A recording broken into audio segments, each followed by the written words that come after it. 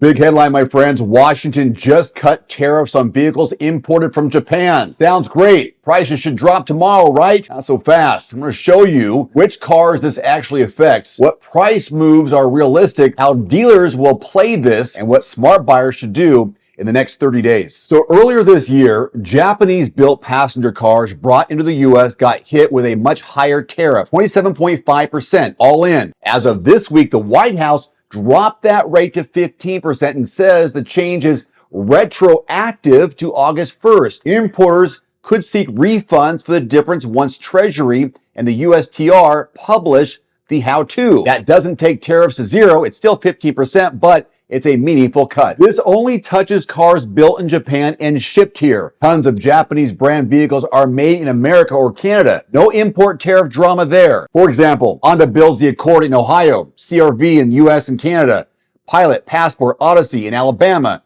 So most mainstream Hondas unaffected. Toyota has a huge US footprint.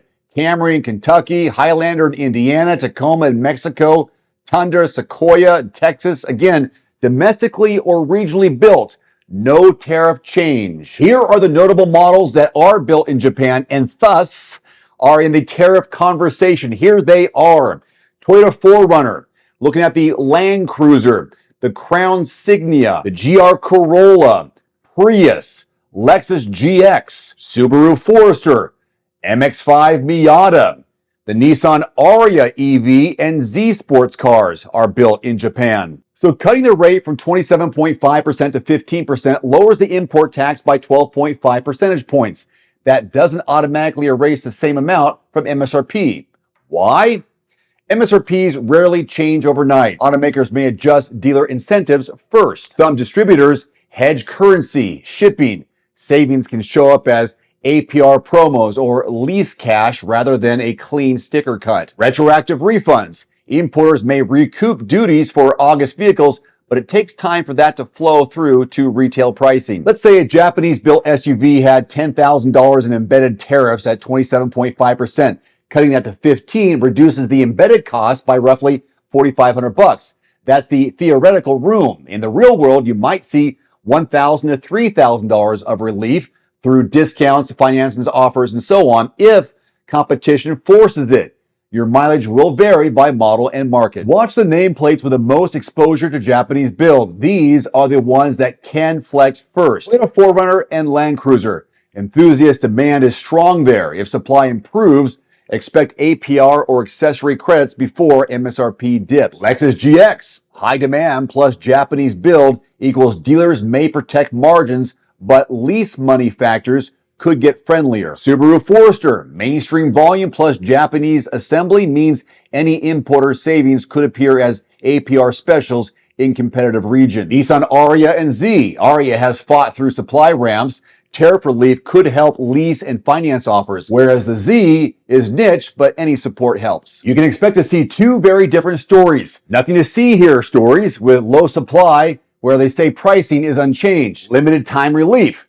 Stories with inventory pressure will use the tariff news to run short-term promos without changing MSRP. Your move, shop across regions. Some areas will move numbers faster than others. Ask dealers how they've incorporated the new tariff rate, lower dock and market fees, better APR, or added dealer cash. If the answer is vague, you keep shopping. Used vehicles aren't directly tariffed, but they react to new car prices and supply. When tariffs first went up earlier this year, wholesale used prices blipped higher.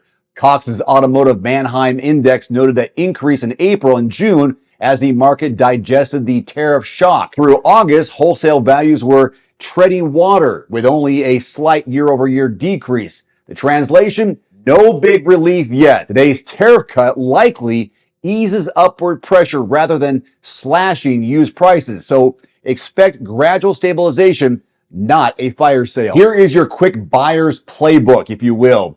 Target Japanese-built models if you were already shopping them.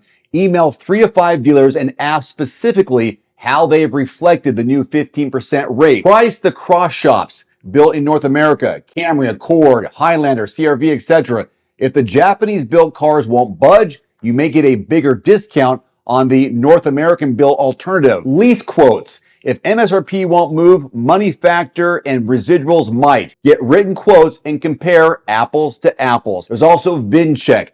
Use the National Highway Traffic Safety Administration's VIN decoder to confirm the assembly plant on any specific car that you're negotiating. Tariffs on Japanese-built cars just got cut 50%. That's real money in the supply chain, but only some of that will reach you, and it won't hit every model. If a dealer can't show you how they're passing savings through, walk away. I'll keep tracking which brands move first and where the best deals pop up. In the meantime, if you're shopping in your area for a new or used vehicle, please check out quotes.everymandriver.com first. It is the go-to search engine for the lowest deals being advertised in your zip code from qualified dealerships. New and used cars, trucks, and SUVs. Make, model, and zip code. If you don't find what you're looking for in your zip code, simply change that zip code. If you're willing to drive a little bit outside your area, you could save hundreds, possibly thousands on your next new or used car, truck, or SUV. That's quotes.everymandriver.com. Again, there's also a link below this video. One final note, if you are in the market for a new vehicle soon, great. Connect with your local dealership and price and test drive at least 3 different vehicles. A vehicle's strengths and weaknesses can only be discovered when you are behind the wheel. My reviews can be good, but you need to test drive these yourself. Visit quotes.everymandriver.com, select the make, model, and your zip code, and you'll get invoice pricing in your area on those vehicles. Shop smarter with price quotes at quotes.everymandriver.com.